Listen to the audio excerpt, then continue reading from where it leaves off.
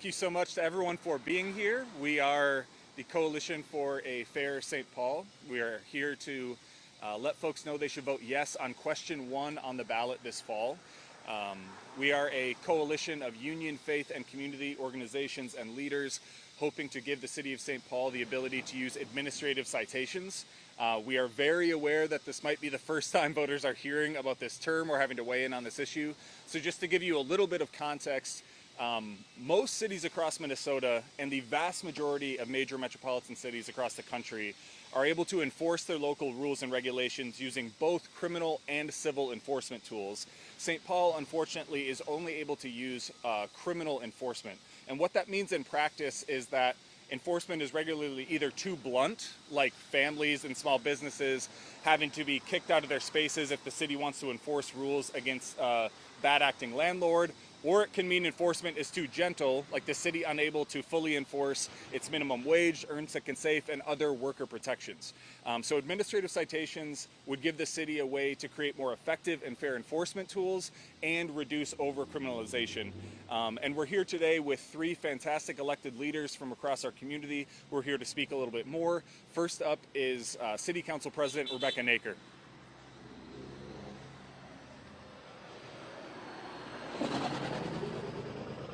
Well, good morning, everyone. Thank you all so much for being here. I am thrilled to be standing with this mighty coalition behind me, with Mayor Melvin Carter, with Representative Kali Herr, and joined by so many others who are here in spirit supporting City Question number 1, voting yes in favor of administrative citations. Right now, early voting has begun, and so city voters are considering this question. And we wanted to come here today to tell you why we're supporting this question, and also to let voters know that there is a huge slate of public officials who are endorsing this question.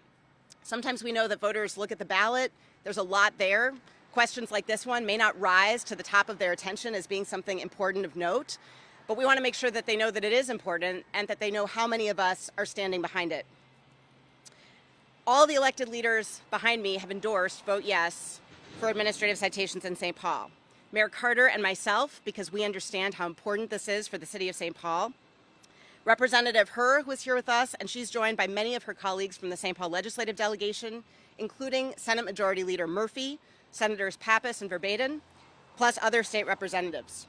We also have Ramsey County commissioners, including Commissioner McMurtry, who helped pass this idea originally through the Charter Commission, which was its first step in the process. Vote Yes is also endorsed by Ramsey County Attorney John Choi, who has done such important work on criminal justice reform. And he understands, like we all do, how important it is for us to have this tool beyond just criminal penalties. I can tell you firsthand as the council member who represents downtown St. Paul, and as someone who has had the opportunity to lead on so many of our progressive ordinances in the city, how frustrating it is to work hard on an ordinance that is intended to make life better for people in our community, to work with the advocates like those behind me, to work with my fellow elected leaders to get the language exactly right on something like minimum wage, earned sick and safe time, tenant protections, wage theft, or even keeping our skyways open at the times when they are supposed to be open to guarantee people access through them. And after all that work, to see people violating those ordinances, often big companies, corporate landlords, owners of downtown buildings who are not taking care of them and following our ordinances, flagrantly violate those ordinances and to have no recourse. And as Matt said, to not have a tool that is available to most other cities in Minnesota and most other cities in the nation. So to me, this is not only common sense, it is essential to making life better and more fair in our community. So we urge voters to join us, all of us, behind me and many others who are not here right now, in voting yes on question number 1. Thank you. Next up is State Representative Kali Herr. Good morning, everyone. I'm State Representative Kali Herr, and I stand here in support of vote yes on question number 1. You know, I thought a lot about this, about why it is important for us to be here today. And I'm proud to join so many of my colleagues from the state legislature who have endorsed this. You might ask why so many state legislators have stepped up to take interest in this city policy. In Minnesota, cities like St. Paul have led the way for bigger change. When my DFL colleagues and I were working to pass earned sick and safe time at the state level, we were able to point to cities like St. Paul, We could show that it helped workers, businesses, and the whole community. The stronger and more successful our local ordinances, the more they will inspire statewide changes. Minneapolis and other cities can use civil administrative fines to enforce the ordinances like Earn Sick and Save Time, and St. Paul should have the same ability.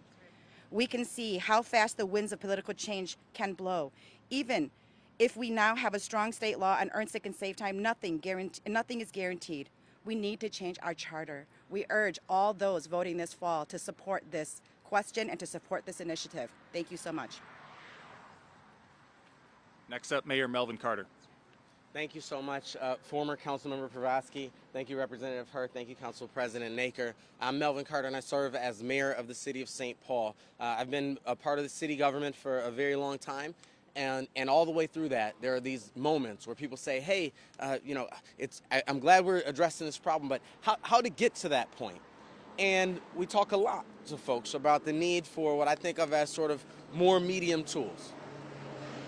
We have many situations in our city where we might want somebody to do something different, whether that's being able to enforce our minimum wage, enforce our wage theft policies, whether that's, as the council president said, requiring folks to keep their skyways open or keeping our streets open through a construction project.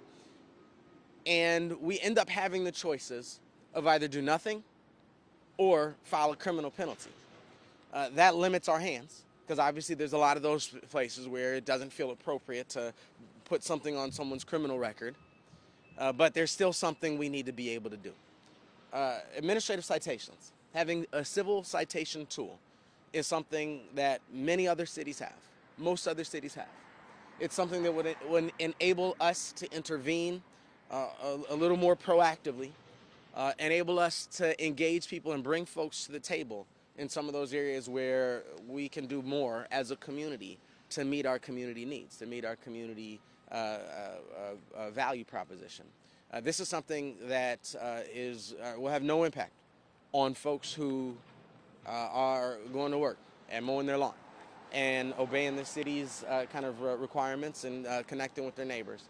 And this is something that will help to ensure those members of our community, those property owners, maybe those landlords, different folks in our community are stepping to the table, are coming to the table to address problems in community on the front end before we get to the point where something has gone kind of all the way to the extreme level. This is something that is simple. This is something that's critical for our city. It's something that will help us to be able to maintain our community standards. And I appreciate the faith leaders, I appreciate the labor leaders, I appreciate the community leaders and the elected leaders who have come together to just share with community members how critical this is to the future of our city. So thank you all. We're voting yes on question 1. Thank you, sir. Two more things I forgot to mention. My name, Matt Pravatsky. I'm the chair of the Yes for a Fair St. Paul Coalition.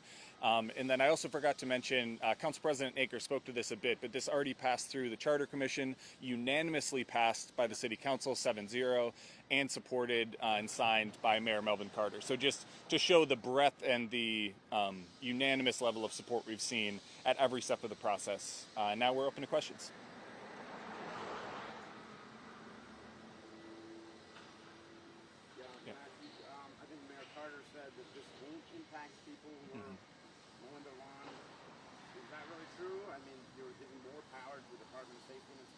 Issue citations if they see something that's not in compliance, including somebody's pollinator garden's too tall. Right. Isn't that fine left right. and right for everyone other than the big corporations that can right. easily pay off, a billboard company can easily pay off a small fine? For me as a homeowner, much bigger right. deal.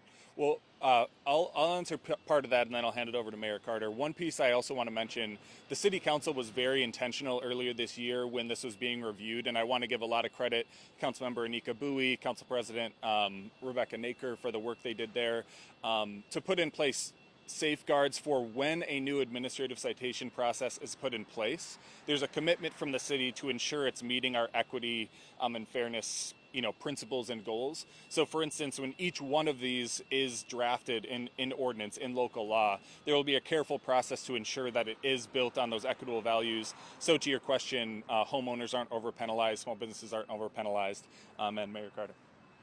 Thank you. And that's an important question, an important point. The first point, and you evoked it, former Councilmember Vrasky, but that's even if this question passes, any implementation of any specific administrative citation would require a city council vote. That would be a new process and a new law that our St. Paul residents would have an opportunity to weigh in on, just the same as they get a chance to weigh in on everything.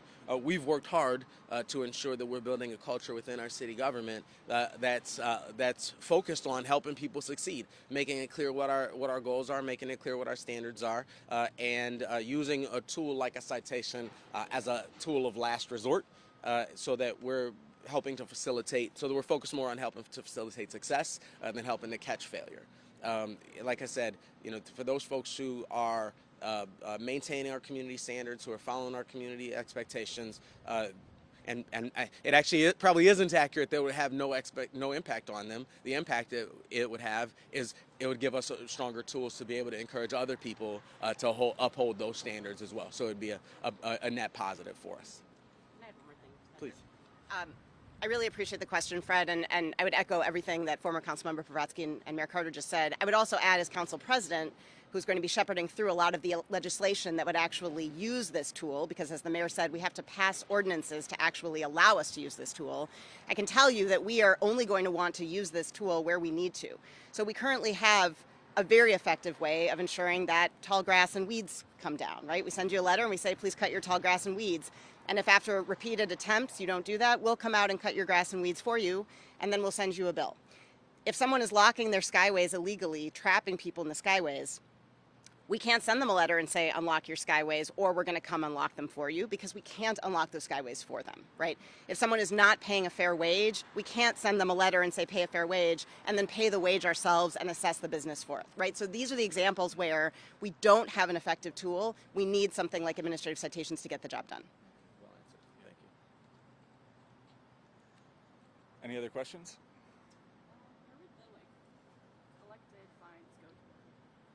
I think, and others can speak to this too, I think that would depend on how it's shaped. So for instance, in the minimum wage ordinance, the earned sick and safe time ordinance, tenant protections ordinance, these are actually already built with the need for administrative citations there. So I think those collections would follow a similar process to how our abatement and other fines go in now.